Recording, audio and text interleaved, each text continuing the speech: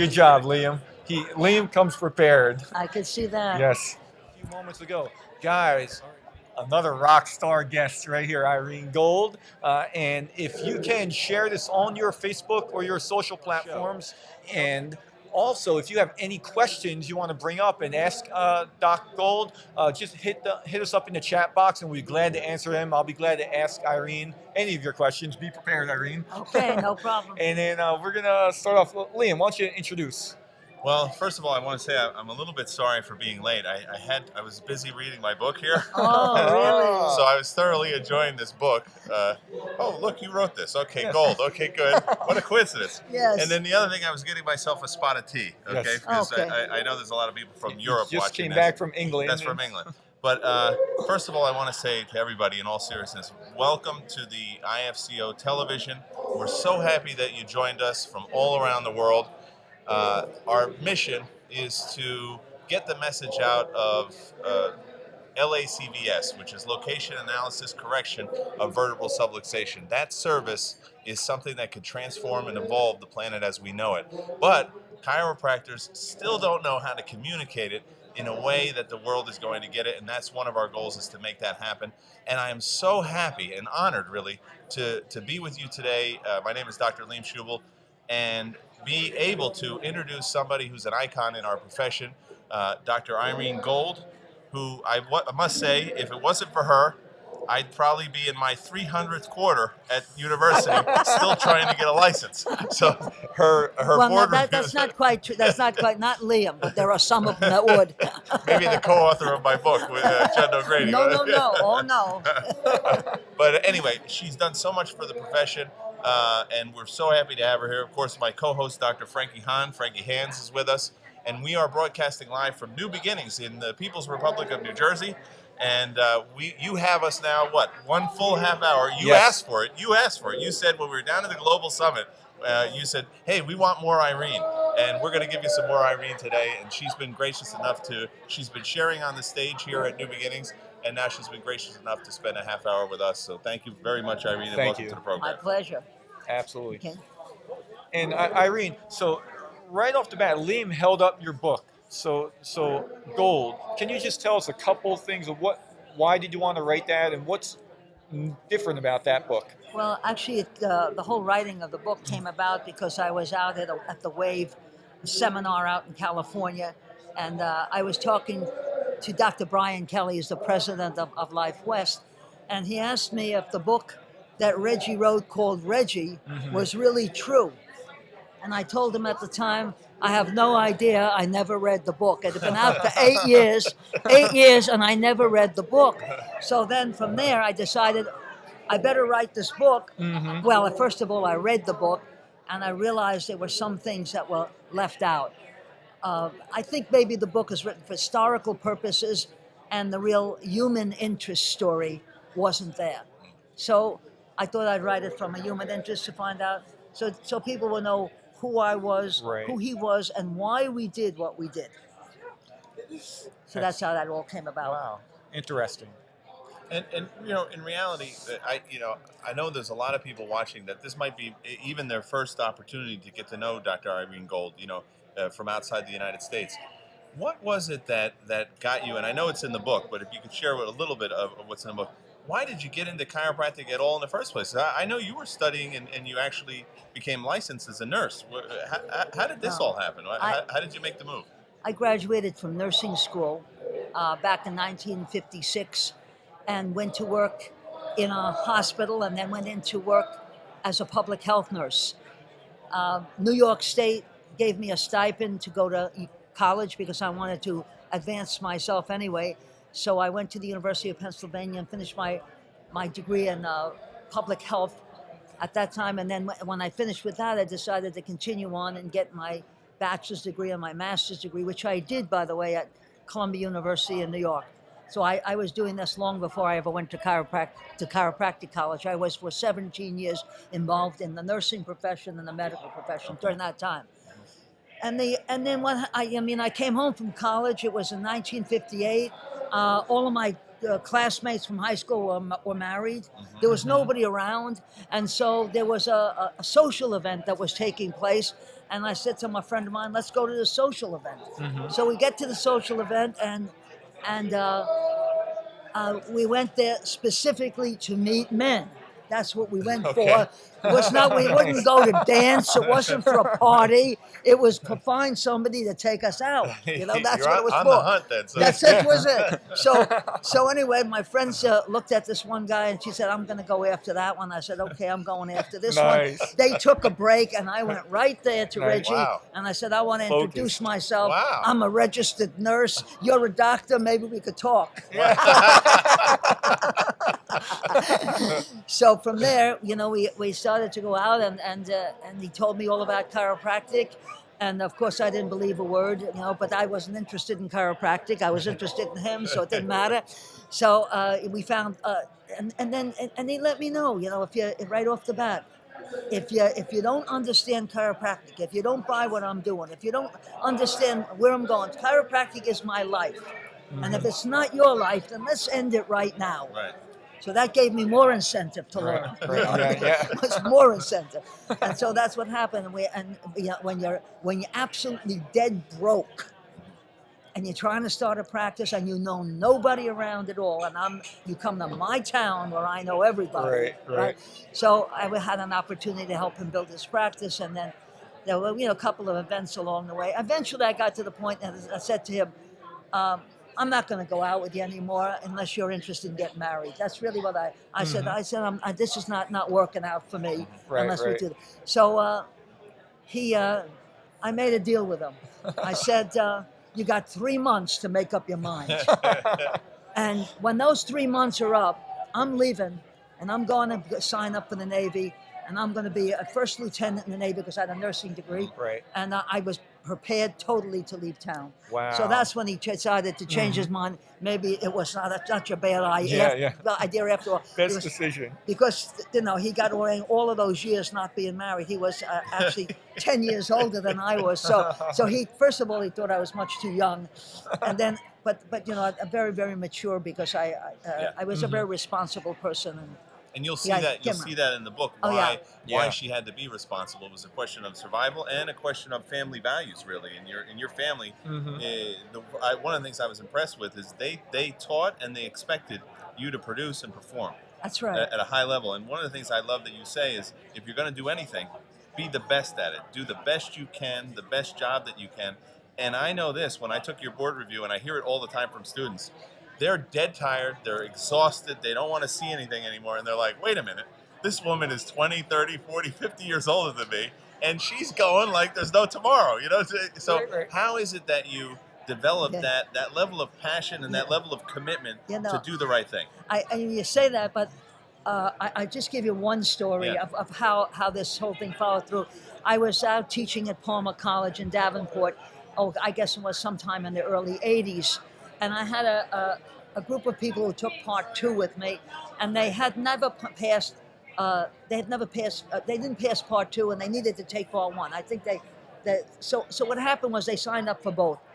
They went ahead and had the part 1 class, and they came to me and they said, would you mind just going over part 2 with us? Right. Maybe we got a shot at passing something. Yeah.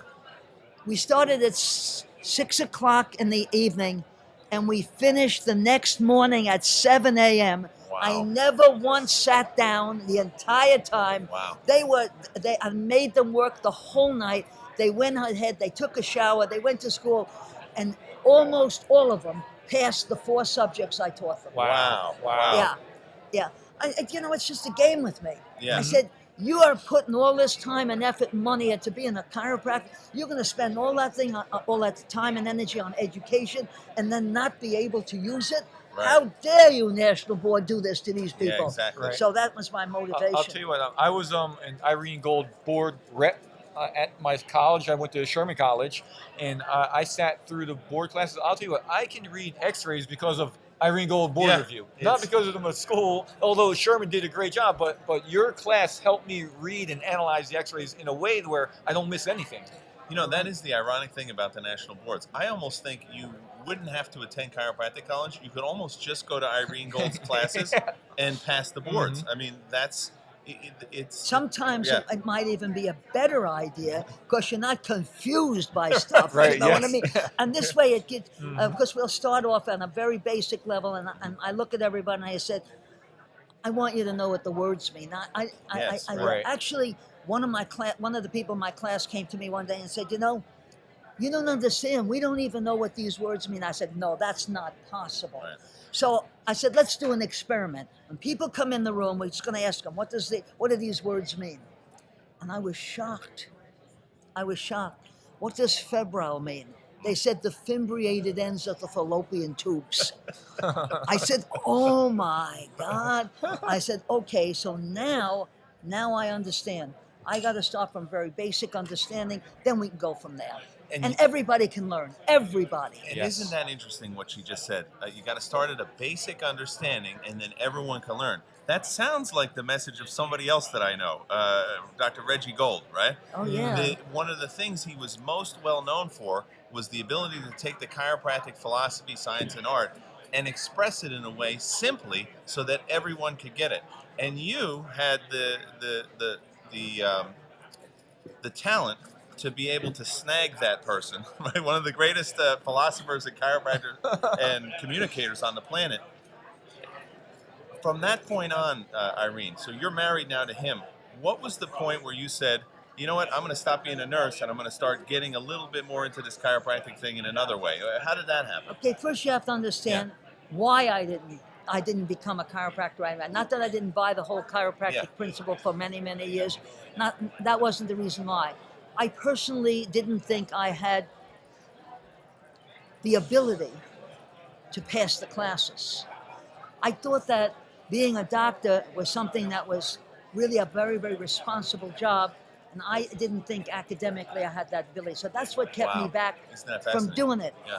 Then when we started having these seminars at our house, and we'd have one every single month, and Reggie would get up and speak, and I would have these other chiropractors who didn't get the idea, and I would have to take them on the side and say, what's the matter with you? Why are you doing this stupid stuff in your life? What are you taking blood pressure for? Got nothing to do with what you're supposed. And then I got involved in doing that. So then the thing that really put me over the edge were a couple of things that happened. One January, we had our program at our house. We usually had 50 to 250 people there. Wow. In our house. Wow. And it was all night session. And when it was all over, everybody left, and Reggie said to me, I just made an arrangement for us to have a location to next month. I just gave everybody the date for next month. And I'm not going to be here. I'm going to be in Honolulu giving a seminar. So he said to me, you're going to have to do the program. I said, what are you, crazy? I'm going to stand up. What am I going to say? What am I going to? No, you better get me a couple of guys to take over. So he got a couple of people to take over for me. The only problem is a week before they were supposed to come, one of them called and said he couldn't come. And then the day of the program, somebody else called and said, I can't make it. Now I was on my own. It was snowing that day. I figured, not a problem. That snow is going to go off. Nobody's going to come out in the snow. The snow stops at 3 o'clock in the afternoon, and everybody's dying to get out. I must have had 75 people there. Wow. So I said to myself, what would I do? I'm going to do the same layman lecture that I do for every patient that comes into the office. I did an individual orientation, and I gave this orientation to them. And when it was all over, they wrote letters to me telling me how much they learned from what I did. Wow. So that gave me a little bit more confidence. And then right after that, in April, we went down to the first DE meeting I ever went to. Oh, okay. And I met a woman down there from Michigan, 18 years old, who got up and told everybody why she was going to be a chiropractor. Why she's going to commit herself at 18 years of age to do this. I'm twice her age at the time. I am twice her age. And I said, this is it. I got to go. And so on the plane back, that's when I made my decision to become a chiropractor. Wow. Yeah, Wow. that fast. We're here live at New Beginnings with Dr. Irene Gold. If you can share this on your social platforms and just let others know to join in on the fun. Irene, we have a lot of chatter going on in our chat box. People are chit-chatting away. Oh, I just my. want to read a couple of them real Go quick ahead. for you. So one says, Irene Gold is on fire. There you go. Another It's out person there. says, And why aren't you? Yes, why aren't you here? Another one says, I wish I could just take the board reviews from Irene Gold right now and get out of the school. What school is that? Iowa, Palmer. Oh, yeah. Palmer. Yes. Tell him I'll be there next week. She'll be here next week. Come out and see her. Let's see. Palmer needs more people like you who will be on fire. Let's see. It's interesting. Yeah. So we're getting these remarks from Palmer students, Yeah. huh? Yep, this is my favorite show. I love Irene Gold. Wow. Let's see, and a whole bunch more like that. I'll, But Liam, what else? you Yeah. got? So Irene, tell us a little bit about, because I love this story. Tell us a little bit about how is it that you get involved with the starting of Sherman College and the promotion of it thereafter? What happens? Because you and Reggie had a very successful practice in upstate New York, seeing a ton of people, and all of a sudden you decide to give that up for wealth and abundance, riches, right? They were going to pay you big money down in Sherman College. Tell us that story. Well, when Tom Gelati wanted to start Sherman College, he was wise enough to know that nobody knew who he was. Okay. And everybody knew who Reggie was because he had done all the state association speaking engagements. So everybody knew him. So Reggie had been on the speaking circuit and made himself well known at that point. Right. And by the way, the reason why he was on the speaking circuit, he used to be a part of Columbia Institute of Chiropractic. And right. Dr. Napolitano, who didn't want to do any more speaking, sent him to isn't that represent the interesting? school. Okay. So he represented, it must have been in all 48 states at Wow. that time. We're not fit. Okay. No, I didn't know. I don't think he went to 50. He went to 48 states. And so that was... And that's before internet. That's before. So in other words, that was probably one of the only ways you could get yourself known in the chiropractic profession was by being a speaker on the road, right? That's right. That was the only way. And so then he had, don't forget, he had been with the ICA, and he had been one of the speakers for the ICA as well, and that's where he met Tom Gelati. They worked together. So then Tom Gelati just we went out and did the student recruitment for him. And I think of the 63 people that were in that first class that came to Sherman, I think we sent 50 of them at least. Wow. That came from our practice, our office, our recruitment program that we did. So we did that. And what did we do after that? Then what happened was Tom Gelati called up one day. Yeah. He said, I want to come and see you. I want to talk about how we're going to lay out the school. He brought a couple other guys with him. And we took them out for dinner, for lunch. Well, that was a dinner. And I remember I took those 2 bottles of wine with me. I figured they were all going to have a nice wine dinner and everything. And I mean, we're not in the car 2 minutes. And Tom Gelati says to Reggie, we're not really here for student recruitment. We're really here because we want you to leave your practice and we want you to come to Sherman College. We want you to teach at Sherman College. Wow. And it took that's in the first 2 minutes of the car. I'm driving. I'm driving. So they, and Reggie said, well, when do you want me there? That was his next. When do you want me there? And they gave him a date that they wanted him there. And then I'm out of the conversation. I'm not even. No one's even asking me a word. Nothing. You know.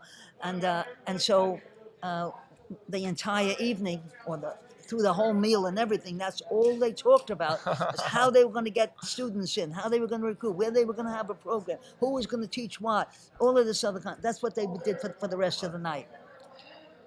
And I finished the 2 bottles of wine. You finished the 2 bottles of wine? Oh my goodness. Because they didn't drink, right? And those people, I'm not a drinker, and those people let me drive home. Oh my goodness. Cannot believe, I don't think I had any idea what kind of shape I was in driving that. I'm glad there was no policemen around. They didn't even notice I was wobbling all over the road.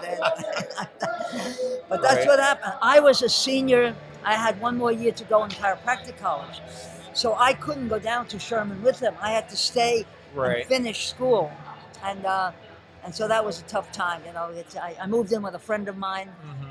He went down there. They paid him his $10,000 a year or whatever it was, Wow. and we were making, we were doing really well in practice. yeah. We were seeing incredible numbers of people. So But it was something. I'm going to take you back to the 1960s. all right. Okay. And we are really a part of Palmer College. We are the recruiters for Palmer College. Really? We go there every single year. We get there one year. Dave Palmer and Agnes Palmer take us out to dinner. Wow. And Reggie tells Dave Palmer, sometime in the future, I'm not going to come to Palmer College now. I'm going to make enough money so that I can come back to this school, teach philosophy at that school for $1 a year. That's Wow. what I am going to do. Wow. This is my goal for the future. That Wow. was in like in 1965, 1966, Mhm. somewhere around that time. And they blew that opportunity, I would say, right? I say they blew that Absolutely. opportunity Yeah. big time. Big time. Yeah. So Sherman picked up on it, and then of course Sherman started to grow leaps and bounds, and many people would come from around the world to Sherman College just because the Golds were involved with the program, and of course Tom Gilardi, worked to make that program phenomenal as well. Yeah. And so you're there for a few years, and then you how did you get involved with ADIO in Pennsylvania, and what happened there? Well, what happened was Yeah. we realized that the CCE was not the best institution for getting accredited. Right. So the That CCE they were is never. that's the accrediting institution in the United States Yeah. that accredits for the federal government the student programs in chiropractic. And they would never accredit us with our philosophy. Okay. They would never, unless we adopted the medical role model, we'd never get licensed. So a group of chiropractors from Pennsylvania got together and they said, and we all got together and said, let's form a new school, because if you have two schools, then you can have an accrediting agency and do your own accrediting. Okay. And that's how that all came about. right. Uh-huh. That's how we got to get to ADIO. Got it. And that was the Penn Straight, which many people don't know, but there was a school at one time that stepped outside the quote norm and decided to open up a purely chiropractic college in Pennsylvania, which sadly in the future then it folded and it burned up, but that certainly was a part of the history of chiropractic, and so then you get finished working with ADIO. And then what did you do? At that point, you decided, I'm going to dedicate the majority of my time towards teaching chiropractors how to pass these medical exams? Well, it came a little bit more than that. Okay. I mean, it started when I was teaching at Sherman College. All right. We were the first new chiropractic college to open in 25 years. Wow. So it was important to us that our students pass national boards. So another teacher and I got together and said, let's put on a review class for Sherman students. So that's what we did. We did 6 weekends of working with them. Mm-hmm. And when the test finally came around, we actually had 53 people in the first class that I had, and we actually had 3 of them pass. Wow. Wow. 3 of them pass. Wow. Yeah, that's what happened. That's And then when we awful. figured out why they failed, then we did a whole revamping of our entire program. And the next time out, I had 186 people in my class, and I have 3 failures. Wow. And then after that, they were flying in from all over the country to take the class with me while I was Okay. at Sherman. Because while I was at Sherman, I said, I'm never going anyplace else. I'm only going to be at Sherman. And when I left Sherman in 1978 to go to ADIO, at the time, they didn't want me to come back and do the review class there. And I said, well, I've already put this whole program together. So I put it out, and I got people from New York and people from Atlanta and people from Palmer and Davenport. They put together programs for me, and that's how it happened. And then, so this is what I was going to do. Yeah. This is what I had in mind. I was going to teach national boards twice a year, and I was going to spend the rest of my life on the French Riviera, taking it easy. This is my concept right in the 1970s. I see that's not working out. Huh? Didn't work out. Next thing I know, I get a I'm call. glad it did not work out. Thank you very Me much. too. I'd Next still be thing, at school. I got this other guy calls me up and he says, look, I'm trying to get the California board. I can't pass this California board. We need the basic science. We can't pass it. We've tried it a number of times. There's a whole bunch of us. Would you come out here and do a class? So I said, okay, we're going to do just basic science. It's just not the clinical stuff. So I said, okay, we'll come out and do that. I put a class together, and about 5 days before I was supposed to leave, they called me up and said, by the way, they were supposed to get 10 people. They got 3. Wow. They got 3. And I gave them 10 people. I said, this is how much you're going to cost. I just want to cover my expenses. So he said, well, we only got 3, but we'll pay for 10. That's what they said, because they wanted it so badly. Wow. I said, you know what? I don't like doing business that way. Yeah. I promised you guys I was coming. The heck with it. I'm just coming Wow. for the 3 of you. Wow. When I got out there, 17 people showed up. Oh my goodness. Isn't that something? 17 Wow. people showed up. One guy had failed that test 16 times. Oh my goodness. He walks into that room and he says to me, I know I'm putting this money out. I know this is a hoax. I know this is going to be no good for me. I don't know what I'm doing here. I said, I don't know what you're doing here either, because there's the door and you're getting out of here now, because I'm not taking anybody in this room with that kind of attitude. Yeah. Right, You're either right. coming in with an attitude Right. that you're going to pass this test, or I don't want to see you. And Right. that's what I did. Yeah. So he apologized. He came in, 17 people in my class who had failed the test anywhere between 3 and 16 times before. Wow.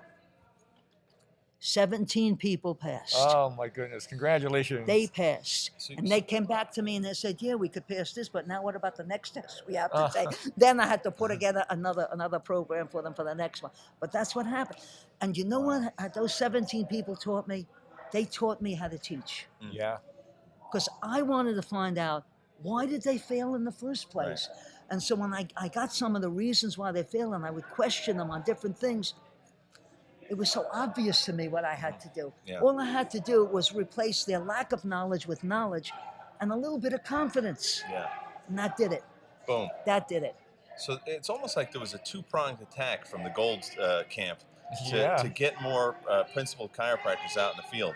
One Yeah. was, let's get them to pass these medical exams, and that's what you said, to make them unstoppable, right? Right. If the medical exam is keeping them from being chiropractors, well, then Right. let's beat the medical exam, right? That was Exactly. one. Yeah. And then the other aspect was Reggie out on the field, going, from seminar to seminar, teaching them how to think, right? Teaching them what the philosophy is of chiropractic and the power of communicating that philosophy. Would you Right. say that's accurate of what was going on in the Gold camp over Absolutely. there? Okay. Absolutely. And the thing that really kind of helped us out a lot was the fact that we had so many people signing up for my classes. We had so many classes that we had enough money coming in so that he could do anything he wanted. Right. Right. He could go out and spend his whole time just talking to people and teaching people and stuff like that, while I would be able to support everything. And isn't done. that amazing? Because instead of hanging out on the French Riviera, Yeah. that I mean, you think how this profession would be if you had made that decision to be self-serving in that fashion,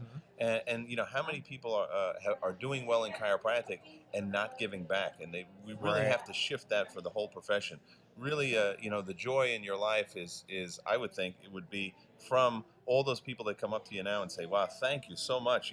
I have a life now because of something that you said or did or It's in some unbelievable. way. I was out in Davenport just recently, and a woman I didn't recognize her walked in, and she recognized me right away. She said, 27 years ago, I came to your class, here I am, a successful chiropractor all of these years, only because I could pass that exam at that time. Wow. So it's Yes. to me, I don't know why you would do anything else. Right. You know, you're in your offices all the time, and you're seeing the same people day after day after day. When I go to classes, I tell them right off the bat, I don't ever want to see you again. So that kind of works pretty good, and make them work hard enough to be able to get through those tests. And it's always a challenge, like maybe you have challenges in your offices. How am I going to adjust this patient? And maybe I didn't do the right thing here. But I have challenges every single class. Who's the person who doesn't understand me? Who's the person who doesn't? And you have to read them. Yeah. You have to read them. So now, tell us a little bit about, we talked about the education, we talked about the development of these strategies to empower chiropractors to be more powerful in what they do. Tell us a little bit about the political aspect of chiropractic. I know that you guys were involved in starting the FSCO, the federal, and now we've moved that. We changed the F for the I, right, to Right. make it international. Right. Can you talk a little bit about why politics are so important? Well, see, politics is not important to me at all. Got it. You know what I mean? I Yeah. am not a politician. I'm not the person who gets involved in any. Yeah. I support all chiropractic organizations that are worthwhile. Okay. I support all chiropractic colleges that I think are doing the right thing in terms of, or trying to do the right thing. Got it. They don't always do the right thing, but they're trying at least to do the right. I'm going to support that kind of situation, but getting involved in politics, I kind of stay away from that. I let guys like you take care of that. Yeah, I think the reason why you brought that up, Liam, is because if we're not getting involved in politics, then the person who might not be in our mind of thinking is going to take over the politic, and they're going to take over the profession, set the rules and the laws that, Well, that we have to exactly. govern by. Exactly. I mean, the reason we have to take these board exams is because of politics. The reason we have to, the schools can't teach pure chiropractic is Right. because of politics. So, yes, politics is a part of it. And I guess where I was going there was just I know that Reggie had at least thought it important enough to get something going that would represent the political desire to bring LACVS, the location analysis correction of vertebral subluxation, to the world and kind of include that in the political structure throughout the world. If we really do want to get everybody checked for vertebral subluxation adjusted, we have to ensure that that's illegal, that we have legal status to be able to make it happen. Otherwise, certainly we can get it illegally. We've done that in the past. Chiropractor was built, when it was entirely illegal. But certainly there are some benefits to being legal. Irene, what were some of the early days at Sherman like with the students coming down and going through their curriculum and classes, and what were some of their challenges and what were some of their... Well, one of the biggest challenge was that they didn't know when they graduated if they could ever practice. Right. And I thought that was a pretty big challenge. Yeah. That we're telling you to come to this school, and we don't know if we're ever going to get accredited. Right. Okay? We felt we were going to get accredited because we probably weren't going to listen to these. I don't know what would have happened if they didn't get accredited. But anyway, we did get turned down. First time we were evaluated by CCE, we did not get accreditation. We instead got state accreditation. We got accreditation in the state of New Jersey, for instance. State of Pennsylvania was able to take our graduates. The state of South Carolina took our graduates. Even Kentucky, after the first one, then they closed us down. But there were a whole bunch of states that didn't accept us at all. And so as a result, many of the people came to us for chiropractic care at Sherman actually transferred after they were there for about a year so they could get a diploma from an accredited school. Okay. Yeah, so they So, could go to any of the states yeah, to practice. Yeah. So it was tough. But you got to give those guys a heck of a lot of credit. Oh, for sure. I mean, Oh, and they had an attitude you couldn't believe. I mean, we had enthusiasm in that school, And walking those halls. I mean, it some was of the ones who fabulous. stuck at Sherman, though, are some of the very big leaders in the profession today. Yeah, they are. They are. And we see some of them here also at New Beginnings. Yeah. We see some of them coming in. We were Yeah. just down at the Global Summit, and you were on the show once again with from New Zealand. Yeah, Phil McMaster. Phil McMaster, yeah. Right. He's a graduate of Sherman. That's Absolutely. right. Yeah, Right. the president of New Zealand He's the Chiropractic president of the College. college. And Yeah. you just came back from New Zealand Chiropractic College a while ago, and I know you're involved down there in supporting that school. Yes, you want we to talk are. a little bit about that? Well, to me, they have a whole lot less of the medical model down there. When you go into their clinic, they don't have PT equipment. They don't have all of these other kinds of things going for them. They are strictly doing analysis of the spine and adjusting the spine. As far as I can see, that's what I see. And they have a really, really good understanding of chiropractic. If you listen to their students explain chiropractic, it was phenomenal. They gave some of the best explanations in 5 minutes that I've ever heard of any school and anywhere. So I support that college because I think that if schools here have to turn any more medical than they are, then at least we still have a really real chiropractic college in New Zealand. And that's my hope. And I support them. I support them very well. Yeah, that's Yeah, what that's I right. hear. Yeah. I know I you. am. I know I- you probably. I- You're you- so humble you won't say exactly how. No, Right, But right. it is big. I Yeah, tell you, there's a yeah. lot of students that couldn't be at New Zealand Chiropractic College if it wasn't for the support that you're giving there. Absolutely. So and I did the same thing for Sherman. Yes. And I did when I sold my house in Pennsylvania many years ago, the money that we had for that house went into an annuity for Sherman College. I'll tell you what, I And it's still visited that- your house in Pennsylvania too. Yeah. One time I was invited for a dinner. Thank you Right. very much. But when you drive up, it was like driving up on the side of a mountain. You saw these dinosaur figures, and Yeah, as that- you went up there was lots of antiques inside the house. It Yeah. was now was Reggie like a collector? Oh yeah. Yeah. Oh yeah, I knew nothing about this Mhm. stuff. You know, he went to every place in the world, so he'd bring Mhm. back all of this stuff. And he was also an art collector. I think we had about 300 original paintings in Wow, that wow. house at when we Mhm. when lived there. He was just a real. He loved the arts, and so Mhm. that's what he did. And if you come down to my place down in Florida where I now live, you'll see some of those really great paintings too. One of them is a wow. painting of him Mhm. that eventually is going to be donated to one of the chiropractic colleges. Ah. It was done by a very famous artist. So Wow. yeah, Oh, Yeah. amazing. I should take a picture of it, huh? Yeah. Yeah, I should absolutely. send You it to you. should. Send it to you. You can put it on the internet. Yeah, Everything yeah. else about me is on the internet. Why not that? Please do it. We want to see. We have inquiring minds. You know, Irene, we have lots of students watching the show too right now. Yeah. If you could share a word with them, what's something that you can do to encourage the students of today? What can they do? Okay.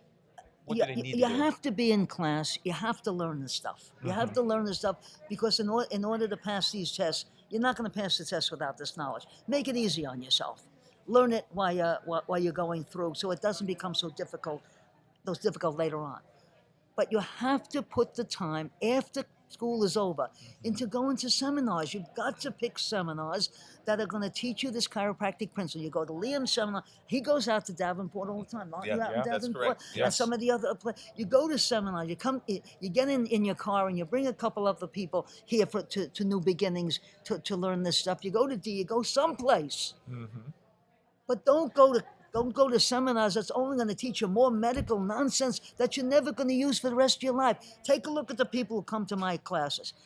They're not the students. We got people in the classes who are in practice that want to go to another state to have to pass this test. And ask them, any stuff that you did in your chiropractic career, anything you did in your clinic when you were in Palmer College or National College or any other place, do you ever use any of that stuff in practice? And they tell me no, they don't use it in practice. So Right. why not learn the stuff you're going to use in practice along with the other stuff so that when you get out, you don't have to start messing around trying to find out, well, what am I going to do with my Right, life right. now? I So know, much right. easier. You guys make life so much easier with these seminars. I cannot tell you how much easier they are. Liam heads the student committee for the IFCO, and I help him out with that. And whenever we're chit-chatting with students, we always tell them, get your communication skills down and your palpation skills down, and get to these seminars while you can, especially when you're a student, because it's very affordable too. You know, when you come out of school, you're earning money instead of borrowing money, so you can pay to come here. But while you're a student and you have low income, it's important that you get here or go to events like this here in New Beginnings, Lyceum. And they make it financially able for you Yes. to do that. Absolutely. All you got to do is show up and all your expenses are paid. Right. I mean, who could do better than that? No. Absolutely. Unbelievable. I wish I had that when I was in school. Yeah. Me too. Instead, and I had to learn the communication skills. You know, you don't learn it by listening to somebody else. You got to get up and do it yourself. So what I would do is I would call the chiropractors in my community and say, you know, hire me. Let me come in and do your Right. your layman lecture. And I mean, I was nervous That's a as great anything, idea. but that's how I learned how to do it. That's how I learned how to speak. Now, I I was- heard, Yeah, Irene, you don't start out as an expert. As No. anything. No. did Reggie give you a test before you got married? Oh, yeah. Did I hear that right? He Oh, gave you yeah. a written philosophy test on That's right. chiropractic? Yeah. Well, he wanted to make That was- sure, you know, that I understood that this is what's going to be his life, and these are the words that Yes. you have to. Oh yeah, Mhm. I took the test. Now, at least that was a test I studied for. Yeah. You know what I mean? I thought it was an important test. I mean, the other stuff you could have done without, but not this one. Absolutely. Liam, any last thoughts? Just final things. It's my understanding that you wrote a book recently. Did you hear about this? There's a book out now. Yeah. It's yeah. called Gold, A Lifetime of Love in Chiropractic. It's the story of a lifetime devoted to the philosophy of straight chiropractic. And this is written by Irene Gold and Dr. Judd O'Grady, co-authored it with you. Yeah. And you know, one of the things that I found when I was reading this book is the importance of service as it relates to joy in your life. Really, the idea of there's so many unhappy people in the world, you know. The crazy, and you don't have to so, be unhappy. And it's really, I find most of unhappiness. We were talking about this. A person who's treating drug addiction and getting very good results. He's determined that drug addiction is a selfishness. It's all about me. The whole world revolves around me. And he found that if he could get people focused more on serving others and see the benefit of that, they would have more joy and abundance in their lives. And I think that's what this book really shows you. And for me personally, when I was reading it, I'm saying, oh, I've done nothing. Like I still have to get out there and do more. Yeah. I mean, it's an absolute dedication and commitment to serving others. And you can read through here the abundance that's created in their lives. And I think you can glean a lot from this book about living a more abundant life yourself. And I never thought about it ahead of time. I just said, this feels right to me, right. You know? And what doesn't feel right to me is doing nothing. Yeah. That doesn't feel right to me. I always, most of my joy comes from seeing somebody else succeed. Yeah. That's where it comes from. You know, where do mothers' joy come from? That to seeing their children do well. I mean, it's the same idea. It's the same idea. And I said to myself, maybe I should retire. But 65, I was supposed to retire. I'm long after. I'm almost 80 years old now. So I guess I should. But to retire for what? That's it. I don't know what I would do. Right. Everyone is afraid I'm going to go into Alzheimer's disease. So I said, okay, here's my anti-Alzheimer's campaign. Keep working. Keep working. As long as it's fun. And if you don't enjoy what you're doing, then go sell shoes for a living. Do something else. Right. Find do what something you're that makes you about. happy. Yeah, absolutely. Do what you love. Well, guys, we are wrapping up with Dr. Irene Gold here on IFCO-TV. We're live from New Beginnings. If you have any last couple of thoughts, put them in on the chat box. If not, Irene, thank you so much for coming on the show today. I really appreciate it. I'm going to give you a hug. Oh, my pleasure. Yeah, thank you. Yep, absolutely. Thank you for just being you. Okay. Absolutely. Who else could I be? Yeah, You? no, please don't be me. Great. Thank you.